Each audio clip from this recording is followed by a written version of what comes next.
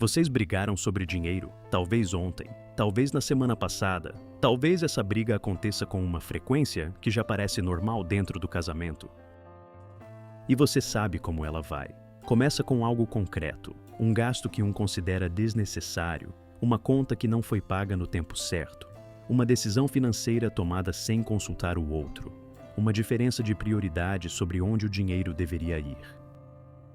E de uma hora para outra, a conversa não é mais sobre o dinheiro, é sobre respeito, é sobre poder, é sobre quem decide, é sobre quem trabalha mais, é sobre quem abre mão de mais, é sobre o que cada um vale dentro desse casamento.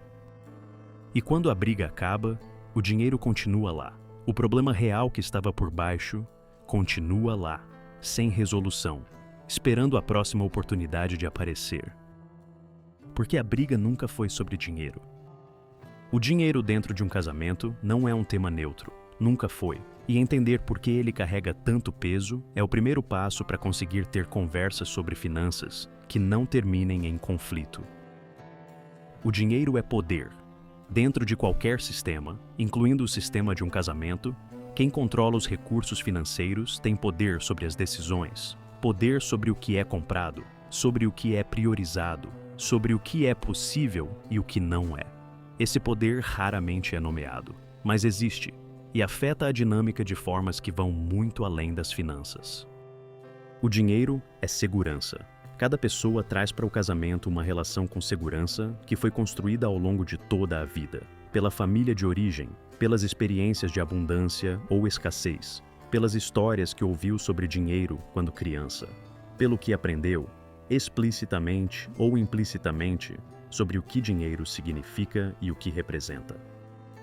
E quando duas pessoas com relações diferentes com segurança financeira compartilham um orçamento, os conflitos não são só sobre números, são sobre visões fundamentalmente diferentes de o que é necessário para se sentir seguro. E essas visões, se nunca forem nomeadas e trabalhadas, vão criar conflito indefinidamente. O dinheiro é valor. O que você gasta revela o que você prioriza, não o que você diz que prioriza, o que você de fato prioriza. E quando os valores de duas pessoas dentro de um casamento são diferentes, quando o que cada um considera necessário, importante, merecido, o orçamento compartilhado se torna um campo de batalha de valores. E o dinheiro é identidade, especialmente dentro de um casamento onde os dois trabalham, ou onde um trabalha e o outro não. Quem ganha mais tem uma dinâmica de poder implícita que afeta como cada um se sente dentro da relação. Quem não trabalha fora depende financeiramente de uma forma que afeta a autonomia e a autoestima. Quem abre mão da carreira pelos filhos sente essa perda de uma forma que vai além do financeiro. Tudo isso está presente em cada conversa sobre dinheiro, mesmo quando parece que é só sobre uma conta não paga ou um gasto não consultado. Vou te dar alguns exemplos concretos de brigas sobre dinheiro que parecem ser sobre dinheiro e o que está sendo realmente dito. Exemplo 1. Ela comprou algo sem consultar. Ele fica irritado. A briga é sobre o gasto. Mas o que está sendo realmente dito? Eu quero ser consultado nas decisões. Eu quero sentir que tenho voz no que acontece aqui. Eu não quero ser ignorado. Ou, da parte dela, eu deveria precisar de permissão para gastar o meu próprio dinheiro. Eu não sou autônoma aqui. Exemplo 2. Ele está sempre preocupado com dinheiro, economizando, restringindo. Ela quer viver, quer experiências, quer que o dinheiro seja usado para criar memórias. A briga é sobre prioridades de gasto. Mas o que está sendo realmente dito? Eu me sinto sufocada pela insegurança dele. Eu não vim para essa vida para viver na privação constante, mesmo tendo condições de viver diferente. Ou, da parte dele, eu carrego o peso de garantir que vamos estar bem. Eu carrego o medo do que acontece se as coisas derem errado. E ela não entende isso. Exemplo 3. Ela parou de trabalhar para cuidar dos filhos. Agora, precisa pedir dinheiro para gastos pessoais. A briga emerge quando ela gasta algo que ele considera desnecessário. Mas o que está sendo realmente dito? Eu abri mão da minha independência financeira pelo bem dessa família. E agora me sinto controlada. Me sinto diminuída. Me sinto que não tenho direito a nada que é só meu. Ou Da parte dele, eu estou trabalhando muito e sinto que o dinheiro vai embora sem controle. Eu preciso entender onde está indo. Exemplo 4, ele ganha mais e usa isso, consciente ou inconscientemente, para ter mais poder nas decisões financeiras. A briga acontece quando ela discorda de uma decisão que ele já tomou. Mas o que está sendo realmente dito? Eu não sou sua funcionária, eu sou sua parceira. E o fato de que você ganha mais não significa que suas prioridades são mais válidas do que as minhas. Ou, da parte dele, eu sou responsável pela maior parte do que sustenta essa família. Isso me dá uma perspectiva sobre as finanças que eu preciso que seja respeitada. Em cada um desses exemplos, o dinheiro é o idioma, mas a conversa real é sobre poder, respeito, autonomia, segurança e valor dentro do casamento. Aqui está uma dimensão das brigas sobre dinheiro que raramente é considerada e que explica muito sobre por que duas pessoas que se amam têm visões tão diferentes sobre finanças que parecem irreconciliáveis. Cada um de vocês cresceu numa família que tinha uma relação específica com dinheiro, e essa relação foi absorvida, de forma quase completamente inconsciente, como a forma normal de se relacionar com dinheiro. Se você cresceu numa família onde dinheiro era escasso, você provavelmente desenvolveu uma relação de ansiedade com ele, uma necessidade de segurar, de não gastar, de ter reserva, de se preparar para o pior. E gastar, especialmente em coisas não essenciais, pode ativar um nível de ansiedade que vai muito além da decisão financeira em si.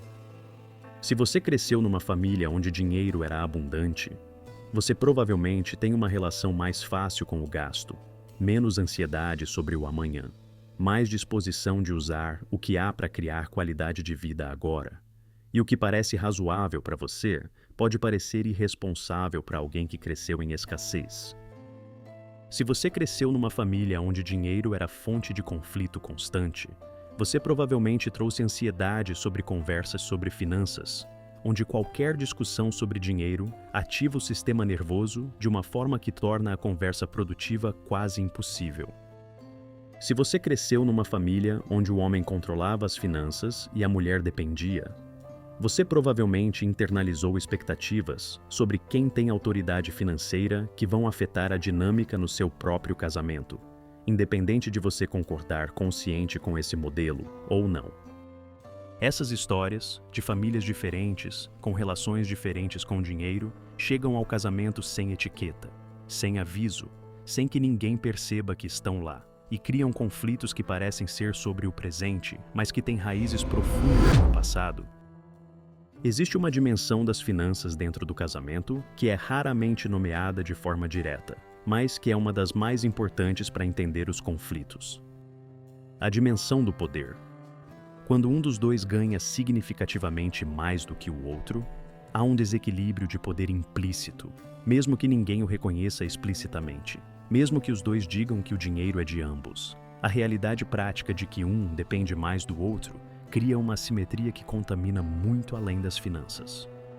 A pessoa que depende financeiramente frequentemente sente, mesmo que de forma vaga, que tem menos direito de discordar, que suas prioridades são menos válidas, que pedir para si mesma o que ela quer é um favor concedido, não um direito. E a pessoa que ganha mais frequentemente carrega, mesmo que inconscientemente, a sensação de que suas decisões financeiras têm mais peso, que o que ela considera correto para as finanças tem mais autoridade, que ela é, em última instância, o árbitro do que é possível. Essas dinâmicas raramente são explícitas, mas são reais. E quando entram em conflito, quando ela quer gastar e ele acha que não deve, quando ela quer ter autonomia financeira e ele quer controle, o que emerge não é uma briga sobre dinheiro, é uma briga sobre poder. E brigas sobre poder não se resolvem com planilha. Eu preciso falar sobre uma situação específica que cria uma das dinâmicas financeiras mais complexas e mais carregadas dentro de um casamento. A situação em que ela para de trabalhar ou reduz significativamente a jornada para cuidar dos filhos. Essa decisão é frequentemente apresentada como escolha, como algo que ela quer fazer. E frequentemente é, pelo menos em parte, mas ela raramente é avaliada com honestidade em todas as suas dimensões. Porque o que parece ser uma decisão sobre criação de filhos é também uma decisão sobre independência financeira, sobre poder dentro do casamento, sobre o que acontece se o casamento não durar, sobre como ela se sente em relação a si mesma quando depende financeiramente de outra pessoa. E essas dimensões raramente são conversadas antes da decisão, porque são desconfortáveis, porque falar sobre o que acontece se o casamento não durar parece antecipar o fracasso, porque falar sobre poder parece colocar em dúvida a confiança. Mas não conversar cria uma realidade que muitas mulheres depois enfrentam. A realidade de precisar pedir dinheiro para o marido para gastos pessoais. A realidade de se sentir diminuída quando ele questiona o que ela comprou. A realidade de ter aberto mão da independência financeira por um casamento que pode não durar.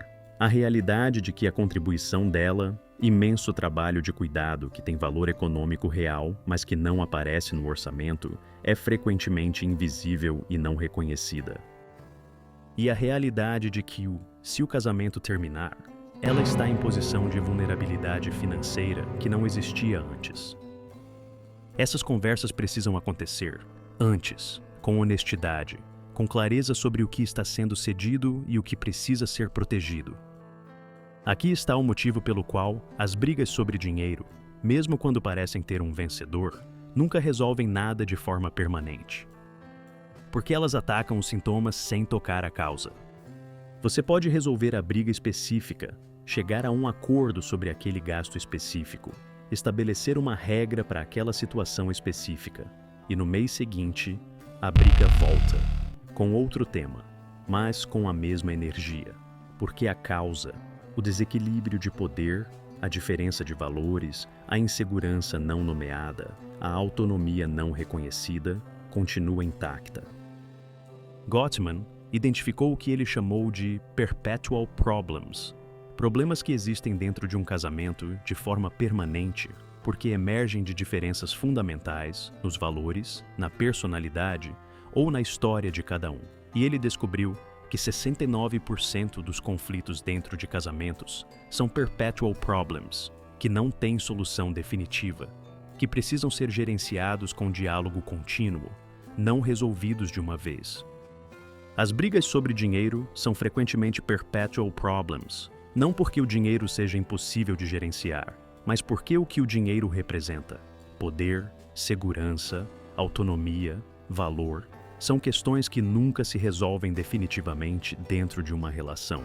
Precisam ser conversadas continuamente, com honestidade crescente, com disposição de ouvir o que o outro está realmente dizendo por baixo dos números. Existe uma diferença fundamental entre uma conversa sobre dinheiro que resolve e uma que perpetua o conflito. A conversa que perpetua o conflito começa e termina nos números, em quem gastou o quê, em quem tem razão sobre qual prioridade, em quem está sendo irresponsável ou excessivamente controlador. A conversa que resolve vai embaixo dos números e começa com perguntas diferentes. O que o dinheiro significa para você? Não em teoria, na prática. O que você sente quando gastamos, quando economizamos, quando há escassez, quando há abundância? De onde vem esse sentimento? O que você precisa sentir em relação às finanças do casamento para se sentir seguro aqui? Não o que você precisa ter, o que você precisa sentir. Onde você sente que sua autonomia financeira está sendo respeitada? Onde você sente que não está? O que você acha que está sendo dito quando brigamos sobre dinheiro? O que você acha que está tentando dizer, além dos números? Essas perguntas, feitas com disposição real de ouvir as respostas, têm o poder de transformar a conversa sobre dinheiro, de fazer com que seja sobre o que realmente é. Sobre poder, sobre segurança, sobre respeito, sobre valor. E sobre o que cada um precisa para sentir que é igual dentro desse casamento. Aqui está o que parece contraintuitivo, mas que é verdadeiro. A maioria dos conflitos sobre dinheiro dentro de um casamento não tem solução financeira. Tem solução relacional. Quando o conflito é sobre poder, a solução é criar uma estrutura que distribua o poder de forma mais equitativa, contas separadas para gastos pessoais, valores de autonomia definidos, decisões grandes tomadas em conjunto. Não porque é a fórmula certa, porque é o que cria a sensação de igualdade que o conflito estava sinalizando. Quando o conflito é sobre segurança, a solução é nomear os medos, não gerenciar os números para eliminar o medo, porque o medo raramente é sobre os números em si, mas entender de onde vem o medo, o que ele precisa para se sentir seguro e o que você pode oferecer, não financeiramente, mas emocionalmente, que cria a contenção que ele está buscando nos números. Quando o conflito é sobre autonomia, a solução é reconhecer explicitamente o que cada um contribui, incluindo o trabalho de cuidado que não aparece no contra-cheque, e criar estruturas que garantam que a contribuição de cada um é respeitada independente de quem ganha mais. E quando o conflito é sobre valores, a solução é a conversa mais difícil de todas, a conversa honesta sobre o que cada um prioriza de verdade, e se essas prioridades são compatíveis de uma forma que permite construir uma vida financeira compartilhada, que ambos possam habitar. Porque às vezes a diferença de valores é grande demais, e nenhuma planilha resolve isso. Toda briga sobre dinheiro é uma briga sobre algo maior, sempre. É uma briga sobre quem decide, sobre quem vale mais, sobre quem tem voz, sobre quem se sente seguro e quem não se sente, sobre quem está sendo respeitado e quem não está, sobre o que cada um contribui e se essa contribuição é reconhecida. E enquanto você ficar tentando resolver a briga no nível dos números, o problema real continua intacto, esperando a próxima oportunidade de aparecer. A próxima vez que vocês brigarem sobre dinheiro, para e pergunta, para você e para ele, o que essa briga realmente é? O que está sendo dito por baixo dos números? Porque quando você conseguir responder essa pergunta com honestidade, você vai descobrir que a conversa que precisava acontecer nunca foi sobre o dinheiro. Deixa nos comentários, vocês brigam sobre dinheiro no casamento? E o que você acha que a briga realmente é?